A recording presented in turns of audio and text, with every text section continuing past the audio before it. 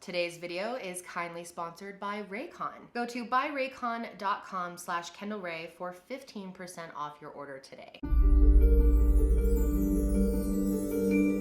Hello guys and welcome back. Today we're going to be talking about a case that I recently came across and I was just so interested in it. I think what makes it so intriguing is there is a ton of body cam and police interrogation footage. This story takes place back in 2016 in Royce City, Texas. There was a man living there named Robert and he was a firefighter and a very well-respected firefighter. In fact, he was even the captain. Most of his friends called him Bob, especially people who worked in the department, and he had worked in the University Park Fire Department for over 18 years and had been the captain since 2012. He was a really good man. He was very dedicated to being a public servant. He even went down and volunteered his time working in the wreckage of Hurricane Katrina, trying to find people that had survived or people who hadn't. It's a really tough and dangerous job to be a firefighter, and he loved it. He absolutely loved what he did. People who knew him said he was kind of like a gentle giant. He was just really sweet, but could be protective and tough when he needed to be. One time the department was putting out a local neighborhood fire and there was this little girl outside of the fire who was so upset, just like totally freaked out by the situation, and Robert took the time to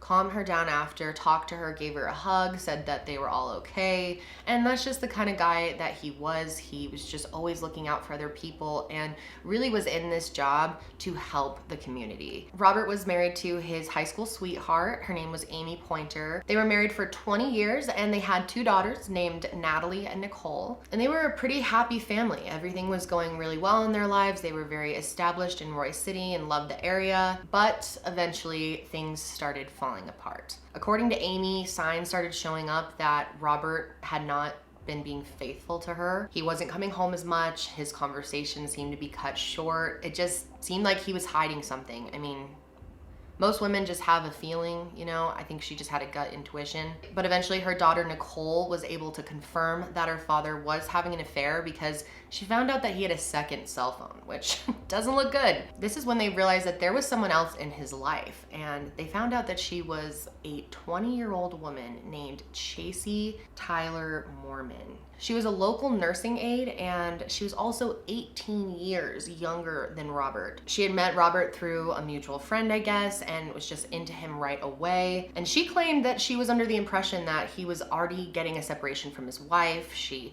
claimed she's not a homewrecker. She had no idea that he was married and had two children at the time. She just said that when they met, sparks flew and she just couldn't control herself around him. He was goofy, he made her laugh, and she just liked being around him. And so she was kind of determined to end up with him. Now, I guess he, on the other hand, was a little more apprehensive about the whole thing because he was married, because she was so young, but she was really the one who was pursuing him very strongly. According to the other guys at the fire department, she would just come down there all the time and hang out, ask where he was, try to get as much information as she could, even when he wasn't there, or if he was there, she would just make it very clear to him that she wanted him. They started seeing each other in December of 2007, and his marriage quickly fell apart right after this. This was obviously shocking for his girls. I mean, this really young woman, closer to their age than his age, comes in the picture after ruining their parents' marriage and tries to really lock him down. It seemed like Chacey, from the beginning, wanted to marry him. So like I said, they started dating in December of 2007, and by May of 2009,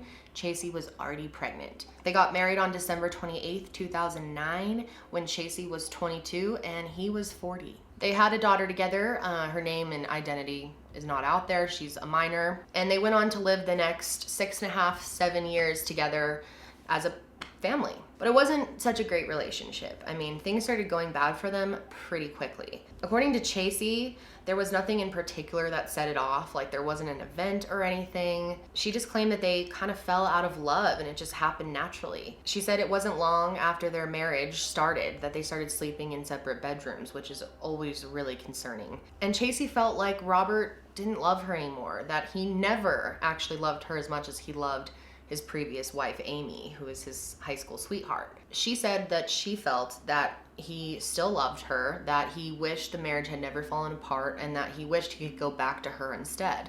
So not going so well for them. But not only that, Chacey claimed that Robert had a bit of a temper, that he kind of would lose his shit at her often. She also claimed that he had low testosterone levels and was getting treatments and injections that were making him worse when it came to his temper. Now, Amy, his ex-wife, says that that is not true. She said that he was getting treatments, but it in no way affected his temper. It wasn't like roid rage or anything like that. But Chacey claims that he was violent with her and that he was physically, mentally, and verbally abusive several times in their marriage. However, Amy says that this is just not true, that she never experienced any abuse of any kind in her relationship with Robert. And both of the girls, Natalie and Nicole, also said that they never saw their father be abusive to either of the women. Natalie had even spent time living with them. She said she saw their routine and everything was normal to her. But Chacey claims that it's all true, that they're all just covering for him. And the reason that she never had reported the abuse to the police is because he worked in the fire department. She didn't want him to lose his job. So anyway, the other reason that Chacey says the marriage was just falling apart after 7 years was because she had lost a lot of weight since they had first gotten together. In the last 2 years of their relationship, she lost 104 pounds, and she claimed that Robert really liked her more as a curvy woman and just wasn't attracted to her once she had lost all of the weight. So at this point, Chacey was not getting enough attention. She was feeling really good about herself, and she wanted a man that was going to appreciate it. So she started seeing some other younger men. Natalie and Nicole had a feeling that she was probably cheating. They said that she was also just a terrible stepmother and would leave their 6.5-year-old daughter at the house when Robert had like overnight shifts for the fire department. She would just leave her there and go out and meet up with guys in the middle of the night or go out to clubs. And Natalie and Nicole claimed that she started doing this when their sister was only like 4 years old. Way too young to be left home alone. She would always tell Robert or the girls that she was going to the gym, even at odd hours of the night, like 2 in the morning, and clearly she was not at the actual gym. She was trying to hide a lot of this from Robert, that she was clearly seeing a couple of other men, but the girls just knew they had to tell their dad. So Natalie told Robert that Chacey had been sneaking out, she had been leaving their daughter home alone to go out and see other men, and he was furious. He immediately filed for divorce. He was just absolutely done with her. People think that he had a feeling that this was happening even before seeing this confirmation, so he was just at that breaking point. But eventually something changed because Robert actually backed out of the divorce and decided to try to make things work with Chacey. His friends and family think that it wasn't because he wanted to really work on it with her or because he loved her, that it was really because he was worried about losing his daughter. He was in his 40s, in his second marriage, and it wasn't working out, and he was kind of freaking out. It was more convenient and easy to just stay with Chacey, but he didn't trust her at all. In fact, he installed cameras on their house. He put one right next to the front door so that if anyone came to the door to get Chacey or she left, he could see. So one night they're all at home and someone rings the doorbell. Chacey apparently knew exactly who it was because she got up, ran to the door, and told the guy to leave, to get off the property, hurry before Robert sees you.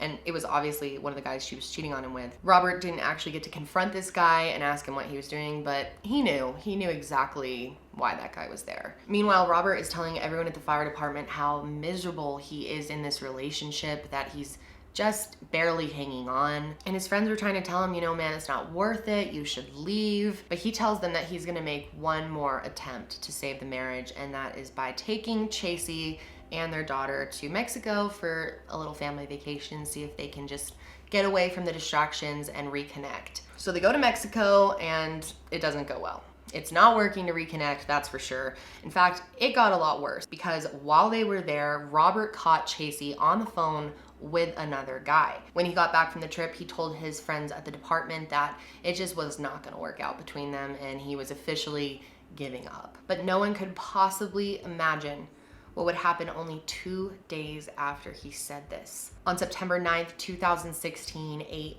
very frantic 911 call came in from Chacey Poynter to the police dispatch, and she sounded so freaked out. Okay, 911. Okay, calm down. Where are you at?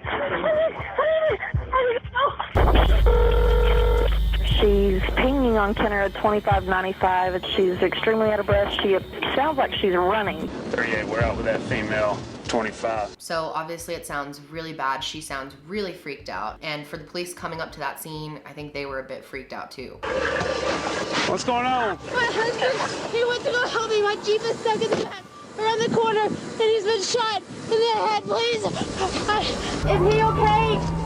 I need to know if my husband is okay. She was out in this unmaintained area of Royce City on these dirt roads that are really for like tractors or other farm vehicles. They're not for people to just drive down. And what's weird is we don't even really know how she ended up there, because this was an area that she knew pretty well. She lived there for a really long time. And she just said that she happened to get lost and took the wrong turn and ended up in the middle of nowhere, which is already suspicious, because why on earth would you continue to drive down a dark dirt road? You clearly would figure out pretty quick that you're not on the right road. But they pull up. Chacey claimed that her and Robert were out at their Jeep in this area because she was stuck. She claimed some strange man came out of the shadows and shot Robert in the head. From the moment that police got there, they had a feeling that something was off. She seemed suspicious to them literally right away. Breathe for me, Miss Poynter. Calm down and breathe for me, okay?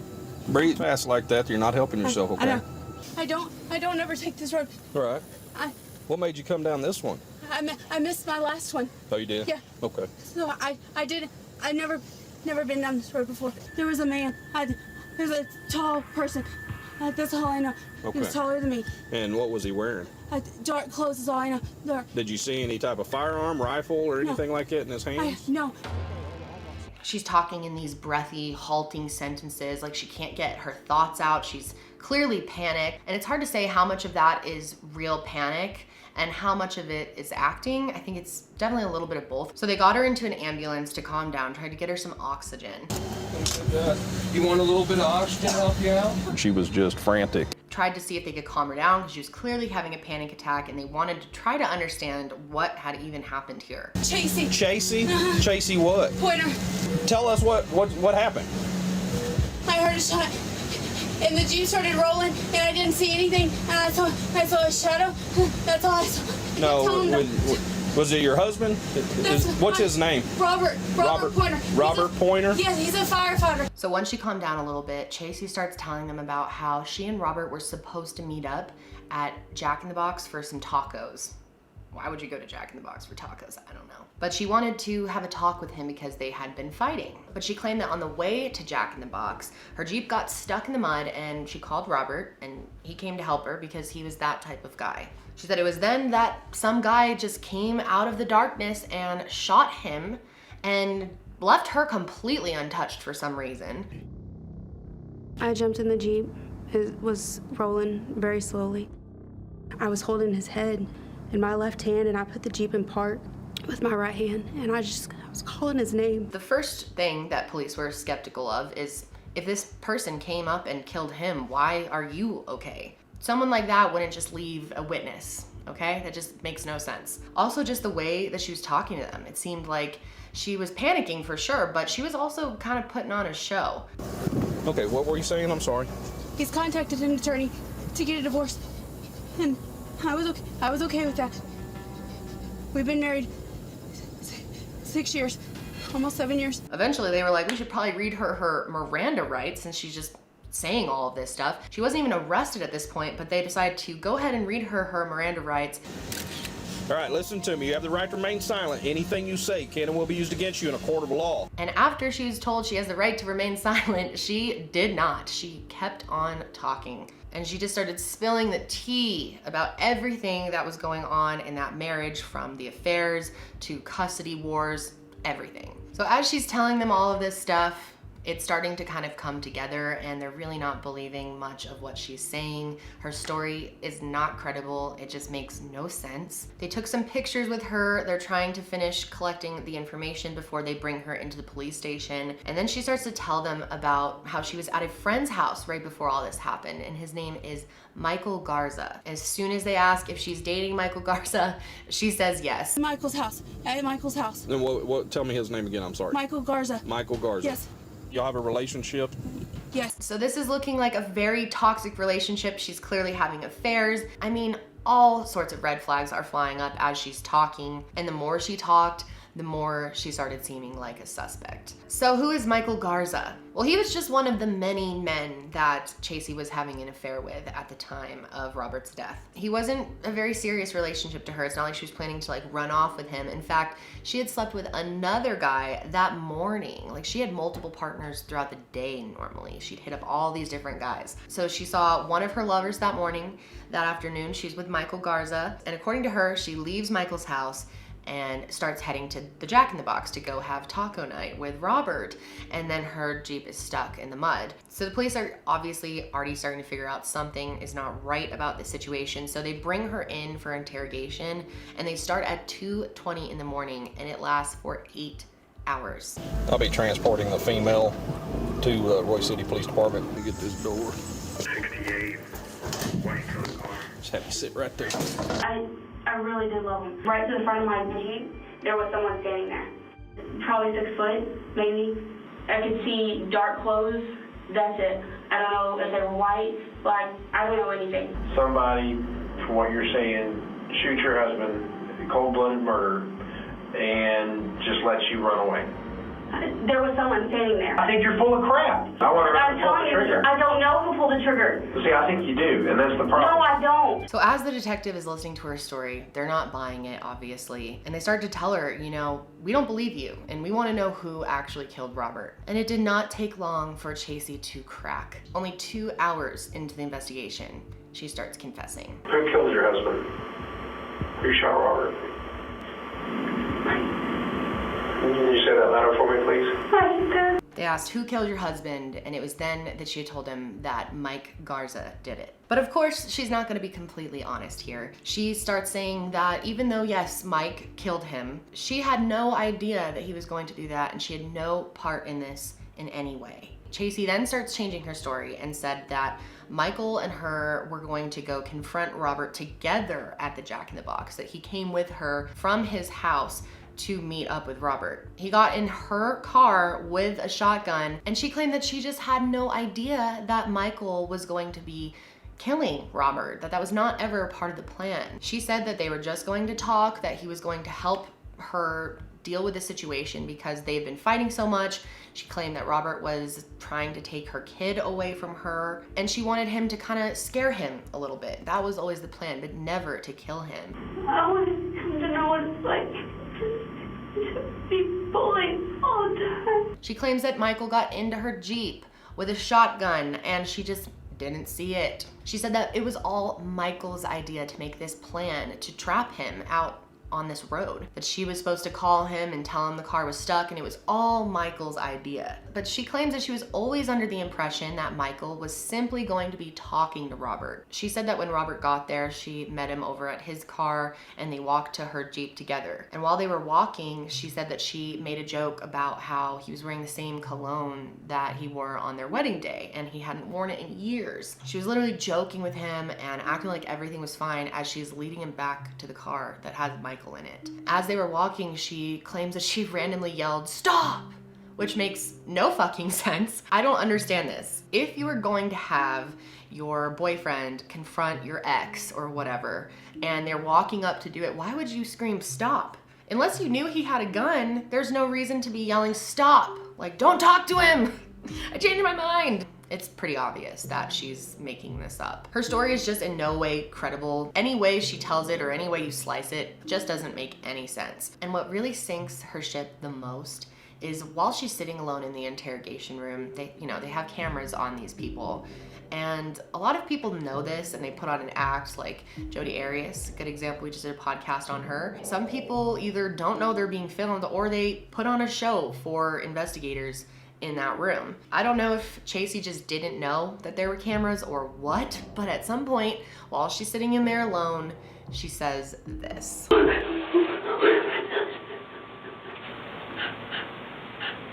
All right, so case closed, right? So now that they've gotten most of the story out of Chacey, they're pretty confident that Michael Garza probably did this or had something to do with it. So they go looking for him, they go to his house, and he already hightailed it the fuck out of there. On September 15th, 2016, just a few days after he was killed, Robert Poynter was laid to rest. The fire department released a statement saying that the members of the University Park Fire Department were deeply saddened to hear of the death of Captain Robert Poynter. Our heartfelt thoughts and prayers are with the family during this difficult time. His funeral was huge. Firefighters from all over the state and police officers came to honor him. They actually stood outside of the church, since not everyone could fit inside of it, and lined it all the way down to the gas station down the street. It was extremely hard for his 3 children, as well as Amy, his ex-wife, who also felt like they could have possibly worked things out and gotten back together. And she's just so sad to hear that Chacey said that he still loved her, and now she has no hope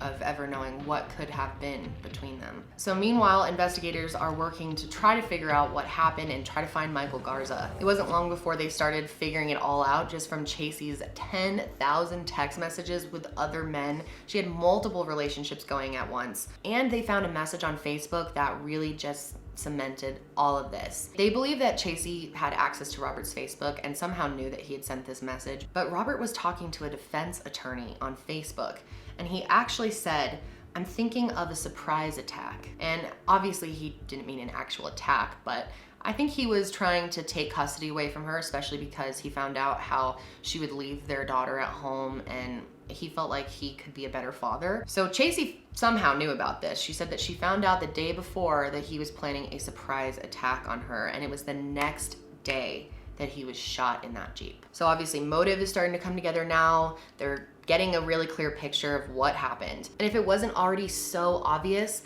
they also found out that there was a life insurance policy. Chacey had actually convinced Robert a while back to change his life insurance policy so that she would be the main beneficiary instead of his 2 daughters, Nicole and Natalie. And his life insurance policy was for over $685,000. I mean, he did a really risky job for a living, and she knew that there was quite a bit of money in that policy. His family and friends and police really believe that she saw Robert as an ATM machine, that she married him for financial gain as well, and was never that into the relationship. Now, the life insurance policy was changed in April, and detectives found out that right after it was changed, Chacey already started texting men looking for someone who could take care of Robert. Some of the men that she was dating and had asked for help with this was Danny Mims, Brad Golden, Sean Butcher, and Michael Garza. She had told all of them things about Robert, things that weren't true. She said that she was in a desperate situation, expressed that she needed some way to get rid of him, that he was gonna ruin her life. And she did this to all of the guys, but the one that she really pushed was Michael Garza. Now, prosecutors don't even think that she was that into Michael Garza, that she was sleeping with him and they had a relationship, but it seemed that she thought he was the one that was dumb enough to actually do this, and that she had the best chance of convincing him. So they believe that she groomed him in order to do this. And then they found out that he was actually the one that she was talking to in Mexico, the one that really pissed off Robert. And on that vacation, she sent Michael a text that said, "He's coming after me sooner or later." And that's where Garza replied, "F him, no, I will shot that dude." So they brought in one of the other guys that she was seeing. His name is Brad Golden, and he's actually the one that showed up at the door on the camera, weeks before this all happened. And he said that she was totally convincing. He had no idea she was married, apparently. She said she had been separated since 2014. I never even suspected, boy. Never that she had been married. She had told me she'd been divorced since 2014. And according to him, she would show up at his house like clockwork every day around 4 or 5. She would be at my house every day, around 4 to 5 o'clock. Told me that Robert was abusive to her.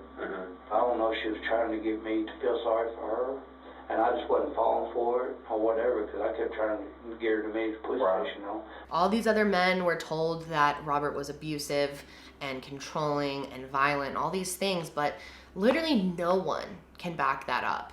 Chacey is the only person that says this. They've asked friends and neighbors. He's had no history of being violent. His ex-wife said that. His children said that. I mean, it seems like she is just dragging his reputation through the mud even after she murdered him. And before the trial, they had prepared a bunch of different text messages that really implicated that Chacey wanted Robert gone. She said, "I wish he'd run out of air in a fire." On July 11th, she said, "I need him gone. Gone, G-O-N-E." And the day before the murder, after she saw that message on Facebook, she texted Michael Garza and said, "I've made up my mind," which everyone believes she had decided at that point that she needed him dead for sure. So meanwhile, Michael Garza is on the run. The SWAT team had raided his house, came up empty, couldn't find anything, and had no idea where he went. But the day after they swatted his house, Michael just ended up showing up at the police station and turning himself in. Right away, he was charged with Robert's murder, and he did not want to speak to the police at all. He only wanted to talk to his attorney right away. So they already have a ton of evidence that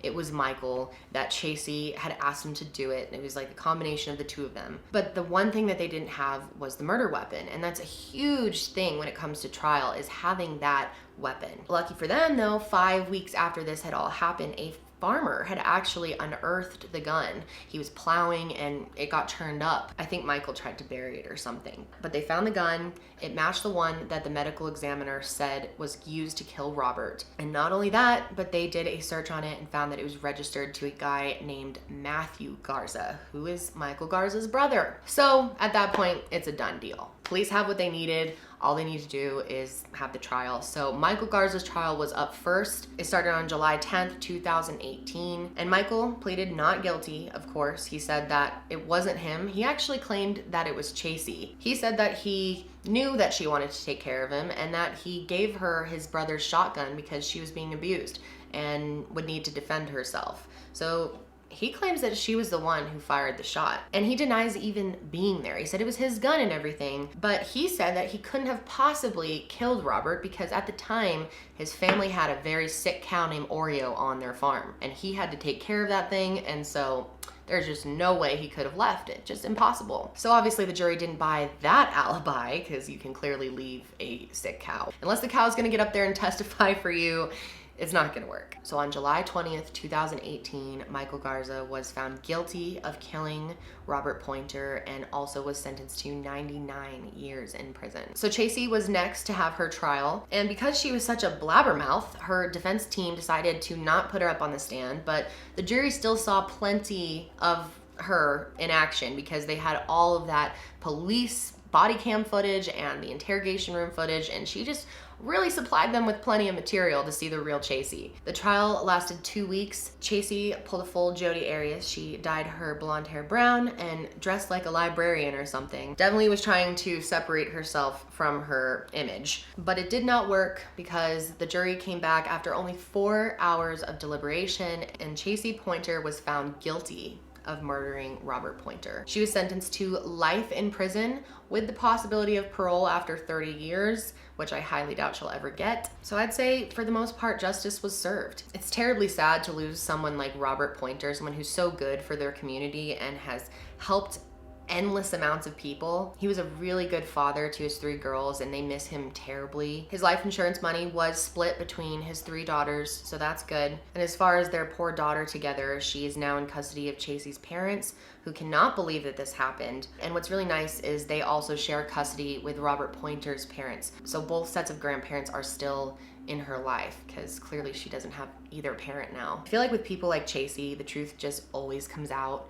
I mean, she really hosed herself in this situation by talking so damn much in the beginning. I honestly think it's kind of funny that she thought she was going to get away with this. It just seems so not thought out at all. But there are people out there who believe that Chacey didn't know that Michael Garza was going to shoot Robert, that she just thought they were gonna have a little powwow. So I wanna know what you guys think. Do you think that the intention all along was to have Robert killed, or was she just trying to have Michael and Robert talk? I'm pretty sure I know what most of you are gonna say, but go ahead and leave me a comment below with your opinions on this one. But before I go, I wanted to tell you guys a little bit about today's sponsor, Raycon. Thank you guys for sponsoring this video. So if you have not heard of Raycon, you are missing out, my friend. These things are awesome. This tiny little case carries 2 very powerful, very good quality earbuds that will not break the bank. Raycons are stylish, they're comfortable, they stay in my ear while I'm playing with my dogs. or whatever else I'm doing around my house. And with their latest model, the Everyday E25s, you will receive 6 hours of playtime,